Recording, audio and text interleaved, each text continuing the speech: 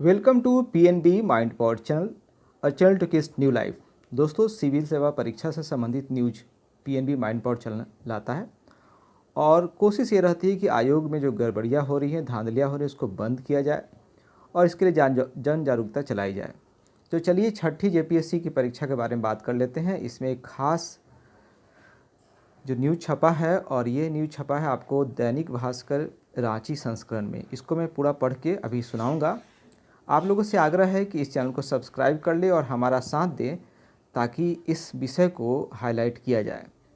JPSC परीक्षा रद्द कर दिया गया है रांची हाई कोर्ट के द्वारा और नए मेरिट लिस्ट निकालने के लिए आदेश मिला है। अधिकारियों को दंड देने का भी आदेश दिया गया है। अब देखना है कि परीक्षा के संबंध में कोर्ट के जो आदेश हैं इसके लिए सरकार क्या करने जा रही है। अगर केवल इंटरव्यू को हटाया जाए और मेंस का नंबर को रखते हुए फिर से इंटरव्यू लिया जाए तो पारदर्शिता का उल्लंघन होगा। आप समझ सकते हैं, चूँकि आप कमीशन का एग्ज़ाम दे रहे हैं, इसलिए मेंस भी रद्द होना ही चाहिए। लेकिन जैसा कि सबको पता है कि पीटी से ही गड़बड़ी चल रही है। पीटी से क्या है? जेपीएससी जब से बना और प्रथम जेपीएससी हुआ, द्वितीय जेपीएससी हुआ, जिसका जांच सीबीआई कर रही है, वहाँ से गड़बड़ी है। तो खैर वो तो सीबीआई कर रही है, लेकिन छठी जेपीएससी परीक्षा जो पीटी से ही रद्द होनी चाहिए। इसी चीज़ को पेपर में अच्छे से दिया गया है, न्यूज़ के रूप में दिया गया है। अभ्यर्थियों की मांग को जोर शोर से उठाया गया है। आप इसको सब्सक्राइब कीजिए और शेयर, मैक्सिमम शेयर कीजिए। सब्सक्राइब नहीं भी कर सकते हैं, लेकिन शेयर तो ज़्यादा कीजिए। अगर आप जेपीएससी देने वाले हैं और या बीपीएससी के संबंध में लेटेस्ट डेवलपमेंट, खासकर एज और अटैम्प्ट के बारे में, तो आपको सब्सक्राइब करने की राय मैं ज़रूर दूंगा। आइए देखते हैं इसमें क्या है। झारखंड हाई कोर्ट द्वारा छठी सिविल सेवा परीक्षा की मेरिट लिस्ट को अवैध करार देने के बाद अभ्यर्थियों ने मोर्चा खोल दिया है। कहा है कि अब छठी सिविल सेवा की पूरी परीक्षा प्रक्रिया को रद्द करने में अब और देर नहीं होनी चाहिए। मतलब अन्याय बहुत हो चुका है अब तक। फिर से देखिए, अब छठी सिविल सेवा की पूरी परीक्षा प्रक्रिया को रद्द करने में अब और देर नहीं होना चाहिए। इसे रद्द कर नए सिरे से नियुक्ति विज्ञापन निकाले जाएं। साथ ही इस गड़बड़ी के लिए जिम्मेदार अफसरों को दंडित किया जाए। ये तो खैर दंड कोर्ट ने भी दिया है, लेकिन और दंड का दायरा बढ़ना चाहिए ताकि भविष्य में फिर कोई ऐसी गड़बड़ी ना हो सके।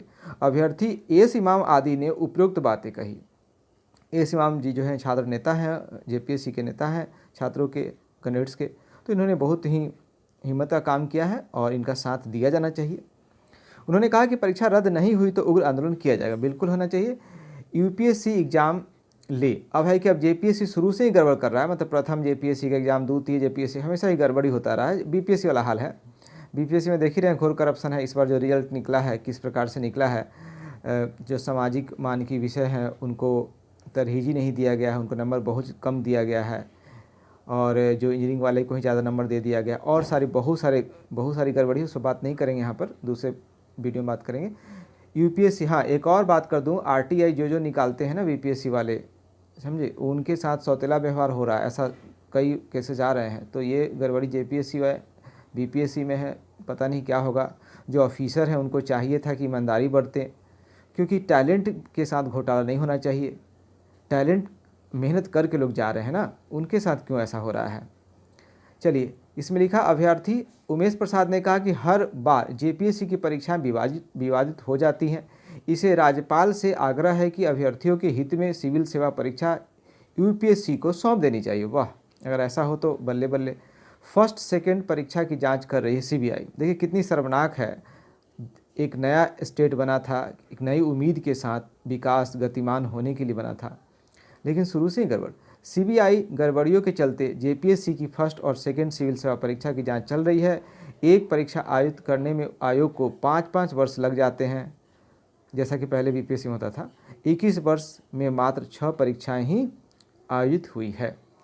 तो इस न्यूज़ को फैलाना ज़रूरी इसलिए है कि भ्रष्टाचार कहीं भी हो नुकसान करेगा, चाहे वो बीपीएससी में हो चाहे जेपीएससी में हो।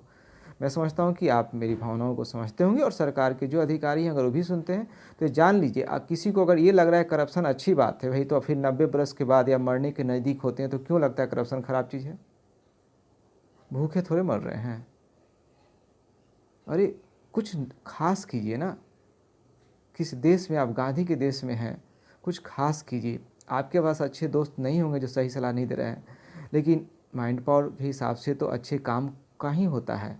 धन, आप जो भी धन इकट्ठा कर रहे हैं लोग करप्ट होकर के क्या करें, मकान बना रहे हैं तो कहीं कोरोना के टीके का आविष्कार में थोड़े खर्च कर रहे हैं। मकान, एक सिंपल मकान में भी काम चल सकता है ना। तो टैलेंट को धोखा देकर, अपने ही देशवासियों को धोखा देकर इससे क्या मिलने वाला है। चलिए काम करते रहिए, हम लोग भी काम कर रहे हैं और उम्मीद सकारात्मक हमेशा होनी चाहिए। अगर किसी ने गलती किया है तो मैं तो कहूँगा कि उनको आत्मबोध होगा और गलती को इतना सुधारेंगे कि यूपीएससी के कैंडिडेट्स के लिए, बीपीएससी कैंडिडेट्स के लिए बहुत लाभ हो जाएगा। गलती करने वाला को अगर आत्मबोध हो जाए तो बहुत अच्छा से काम करता है। Thank you. आप इस शेयर कीजिए, इसको अच्छा रहेगा शेयर करेंगे तो। कमेंट भी ज़रूर कीजिएगा, लेकिन स्वस्थ कमेंट कीजिएगा, ठीक है। कई लोग जो होते हैं जिनका हो गया है पीटी और मेंस हो गया, बोले कि फालतू है, ये है वो, ऐसा नहीं। सबका ध्यान रखिए, गड़बड़ी शुरू से हो रही है, पीटी में भी है गड़बड़ी, इस मानना है। इसलिए पूरी परीक्षा, पूरी छठी जेपीएससी की परीक्षा रद्द होनी ही चाहिए, ये मैं अपने अनुभव से कह रहा हूँ। क्योंकि बहुत सारी गड़बड़ी है, गड़बड़ियों पर कुछ बातें तो पब्लिकली नहीं कही जा सकती है ना। धन्यवाद, धन्यवाद।